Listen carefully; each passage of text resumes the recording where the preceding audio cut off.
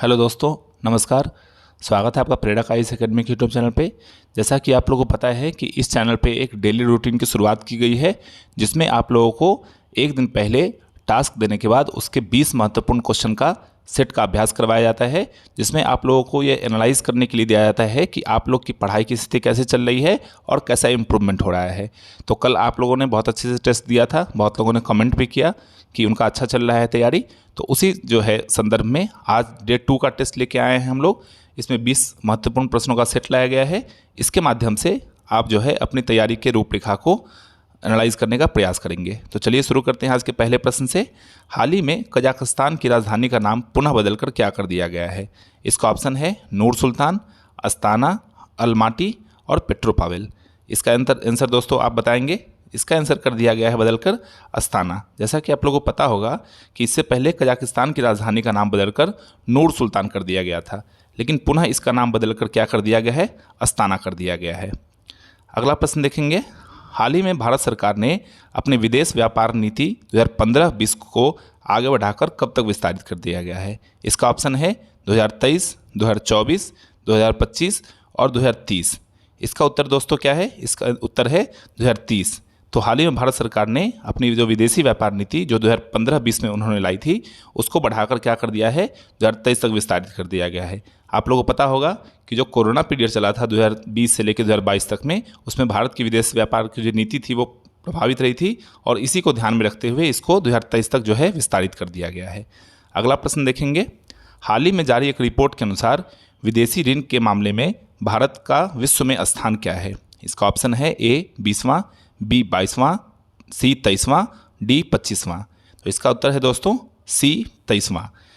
हाल ही में एक रिपोर्ट जारी हुई है जिसमें विदेशी ऋण के मामले में, मतलब भारत जो है विदेशी ऋण कितना होल्ड करता है, उसके मामले में भारत का विश्व में स्थान पहला है। आप लोग को यह जानकर आश्चर्य होगा दोस्तों कि इसमें पहला स्थान जो है वो अमेरिका का है।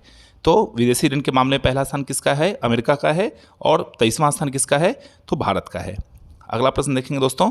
हाल ही में अंतर्राष्ट्रीय डेयरी महासंघ के तत्वावधान में विश्व डेयरी शिखर सम्मेलन का आयोजन कहाँ हुआ? इसका ऑप्शन है मुंबई, बी नई दिल्ली, सी लखनऊ और डी ग्रेटर नोएडा। इसका उत्तर है दोस्तों ग्रेटर नोएडा। ठीक है। अगला प्रश्न देखेंगे। 5वां नंबर। हाल ही में प्रकाशित पुस्तक द लिविंग माउंटेन पुस्तक के लेखक कौन है? इसका ऑप्शन है जेके रोलिंग, बी अरुंधति भट्टाचार्य, सी अमिताभ घोष और डी रस्किन बांड। इसका उत्तर है दोस्तों सी रस्किन बांड। तो हाल ही में जो पुस्तक लिखी गई है द लिविंग माउंटेन, उसके लेखक कौन है? तो उसके लेखक हैं अमिताभ घोष। आप होप सो कि आप बहुत अच्छा कर रहे होंगे इसमें, क्योंकि आपने पढ़ा है पूरे सिलेबस को जो मैंने दिया था पिछले दिन। तो हमको लगता है कि आप सारे क्वेश्चन को हल करने की स्थिति में होंगे और अच्छा प्रयास कर रहे होंगे। अगला प्रश्न है। हाल ही में हॉकी इंडिया का अध्यक्ष किसे बनाया गया है? इसका ऑप्शन है तजिंदर पाल सिंह, बिशन सिंह बेदी, दिलीप तड़की और सरदार सिंह। इसका उत्तर है दोस्तों दिलीप टर्की। तो हाल ही में आप लोगों को पता होगा कि दिलीप टर्की जो है वो हॉकी के बहुत प्रसिद्ध खिलाड़ी रहे हैं, और आप लोगों को पता है कि हॉकी का जादूगर ध्यानचंद को भी कहा जाता है, और ध्यानचंद जो खेल विश्वविद्यालय है वो मेरठ में बनाया गया है। तो भारत का पहला खेल विश्वविद्यालय कहाँ बनाया गया है? मेरठ में बनाया गया है, जो किन के नाम पे है? तो ध्यानचंद के नाम पे है। तो इसमें पूछा गया है कि हॉकी इंडिया का अध्यक्ष किसे बनाया गया है? तो वो दिलीप टर्की को बनाया गया है। अगला प्रश्न देखेंगे दोस्तों। हाल ही में जारी एक रिपोर्ट के अनुसार भारत का दुग्ध उत्पादन में विश्व में स्थान है। इसका ऑप्शन है पहला, ए, बी दूसरा, सी तीसरा और डी चौथा। इसका उत्तर है दोस्तों पहला स्थान। तो हाल ही में एक रिपोर्ट जारी की गई है जिसके अनुसार से भारत का जो है दुग्ध उत्पादन में विश्व में पहला स्थान है। अगला प्रश्न देखेंगे। हाल ही में चंडीगढ़ हवाई अड्डे का नाम किस महापुरुष के नाम पर रखे जाने की घोषणा की गई है? इसका ऑप्शन है सरदार उधम सिंह, सरदार भगत सिंह, सुभाष चंद्र बोस और नरेंद्र मोदी।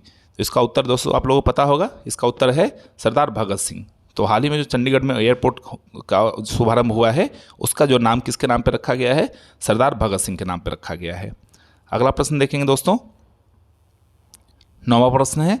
मगध महाजनपद के अंतर्गत निम्न में से कौन से जिले शामिल थे? तो इसमें ऑप्शन है पटना, गया, शाहाबाद और इनमें से सभी।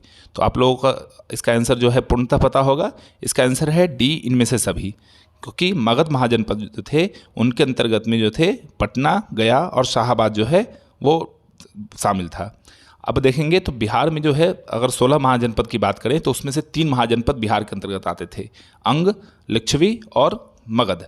तो अंग में कौन सा क्षेत्र आता था? जो भागलपुर का क्षेत्र था वर्तमान में, वो अंग महाजनपद के अंतर्गत आता था। वर्तमान में जो वैशाली मुजफ्फरपुर का क्षेत्र है वो लिच्छवी महाजनपद के अंतर्गत आता था, और जो वर्तमान में पटना, गया और शाहाबाद का क्षेत्र है वो मगध महाजनपद के अंतर्गत में आता था। ठीक है दोस्तों, अगला प्रश्न देखते हैं। कुशीनगर जहां बुद्ध की मृत्यु हुई थी, निम्न में से किस महाजनपद की राजधानी थी?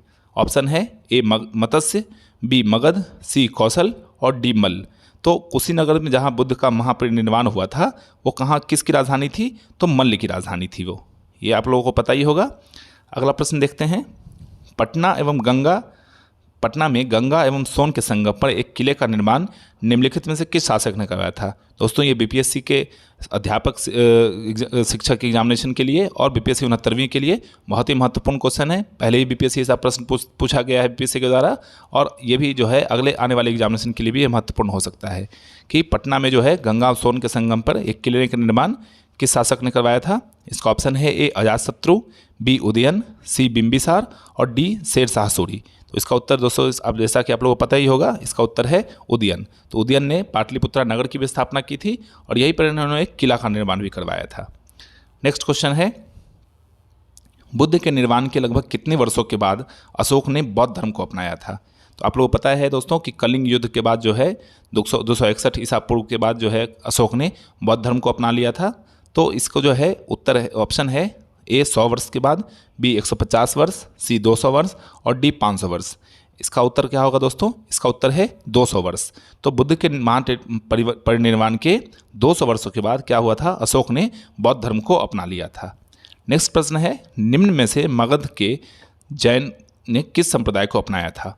तो मगध के आप लोगों को पता होगा कि जब अकाल पड़ी थी 200 वर्षों के बाद, 12 वर्ष का जो अकाल पड़ा था मगध में, तो क्या हुए थे कि जो बौद्ध जैन धर्म थे वो 2 जगह चले गए थे। एक तो चले गए थे दक्षिण भारत में, वो दिगंबर कहलाए, और जो मगध में रह गए वो श्वेतांबर कहलाए। तो इसका आंसर होगा श्वेतांबर। नेक्स्ट प्रश्न है, त्रिरत्न का संबंध निम्न में से किस धर्म से है? ये बहुत ही सुंदर क्वेश्चन है दोस्तों, बीपीएससी में या अन्य जो है एग्जामिनेशन में पूछा भी गया है और उस लिहाज से ये महत्वपूर्ण है, तो इसमें कंफ्यूज नहीं होना है। इसका ऑप्शन है शैव धर्म, वैष्णव धर्म, बौद्ध धर्म और जैन धर्म।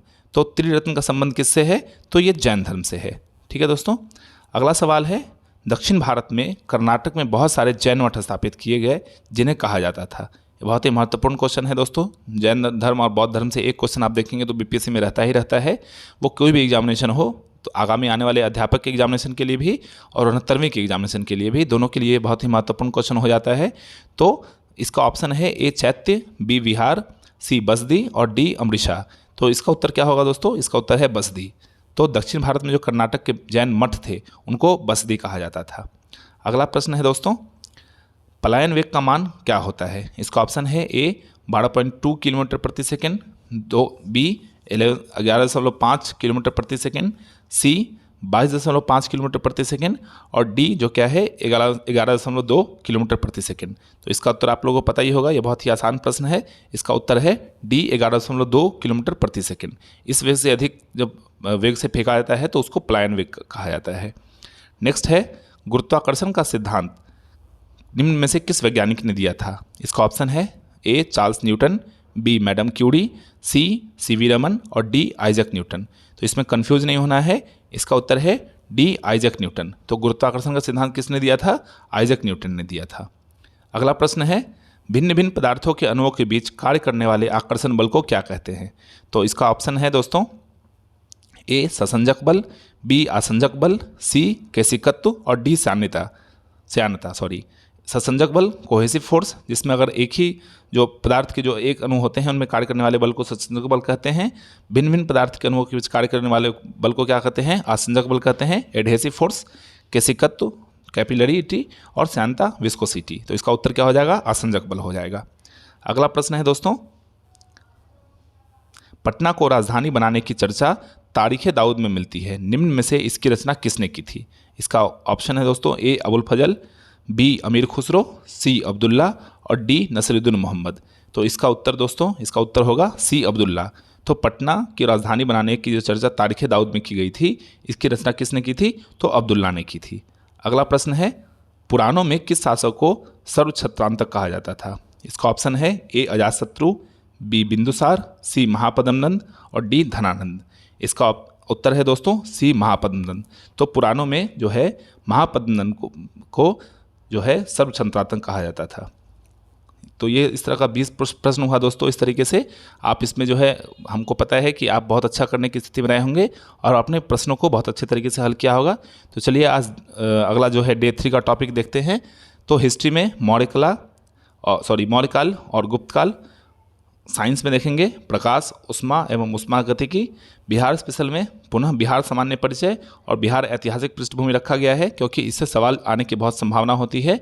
क्योंकि आप लोगों ने देखा है बिहार के सिलेबस में मैंने पहले ही बताया है कि कुल मिला के 25 से 30 टॉपिक ही हैं। तो इसको जो है बार बार आप, जो महत्वपूर्ण टॉपिक है उसको बार बार आप पढ़ेंगे तो उससे प्रश्न आने की संभावना ज़्यादा रहेगी। तो फिर से आप जो है बिहार सामान्य परिचय और बिहार ऐतिहासिक पृष्ठभूमि पढ़ के रखेंगे, इसी सवाल पूछे जाएंगे कल। और करंट अफेयर में नवंबर के करंट अफेयर, ये आज तीसरा दिन है, तीसरा टॉपिक है। तो इसी साथ में जो है नवंबर का जो है करंट अफेयर खत्म हो जाएगा, फिर कल से जो है दिसंबर का करंट अफेयर शुरू किया जाएगा। तो इस तरह से दोस्तों आप चैनल पे सब्सक्राइब करें, लाइक करें और निरंतरता बनाए रखिए और पढ़ते रहिए। धन्यवाद।